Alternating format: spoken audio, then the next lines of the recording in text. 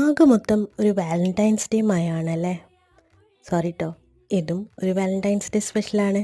ഞാനൊക്കെ സ്കൂളിൽ പഠിക്കുന്ന ആ ഒരു കാലഘട്ടം ഉണ്ടല്ലോ, അന്നും വാലന്റൈൻസ് ഡേ ആഘോഷങ്ങളൊക്കെ ഉണ്ടായിരുന്നു. പക്ഷേ അന്ന് ഇത് ലവേഴ്സിനിടയിൽ മാത്രം തങ്ങി നിന്നിരുന്ന ഒന്നാണ്. പിന്നെ കുറച്ചും കൂടെ കാലം കഴിഞ്ഞപ്പോൾ ഞാൻ ഏകദേശം ഒരു കോളേജൊക്കെ എത്തിയ സമയത്ത് കുറച്ചും കൂടെ വൈഡായിട്ട് ആഘോഷിക്കൽ തുടങ്ങി. കാലം പിന്നെയും മുന്നോട്ട് പോയി. ഇപ്പോഴാണെങ്കിലോ ലവേഴ്സ് ആണെങ്കിലും ശരി, കപ്പിൾസ് ആണെങ്കിലും ശരി, എന്തിന് ഫ്രണ്ട്സ് വരെ ആഘോഷിക്കാൻ തുടങ്ങി. After all it's celebrating love. അപ്പോൾ പിന്നെ അത് ലവർ തന്നെ ആവണമെന്നൊന്നുമില്ലല്ലോ. നമുക്ക് സ്നേഹം തോന്നുന്ന ആരുടെ ഒപ്പം വേണമെങ്കിലും സെലിബ്രേറ്റ് ചെയ്യാം. ബർത്ത്ഡേയും ആനിവേഴ്സറിയും ഒന്നും ആഘോഷിക്കാൻ താല്പര്യമില്ലാത്ത കൂട്ടത്തിലുള്ള എൻ്റെ കെട്ടിയോന് എന്ത് വാലന്റൈൻസ് ഡേ.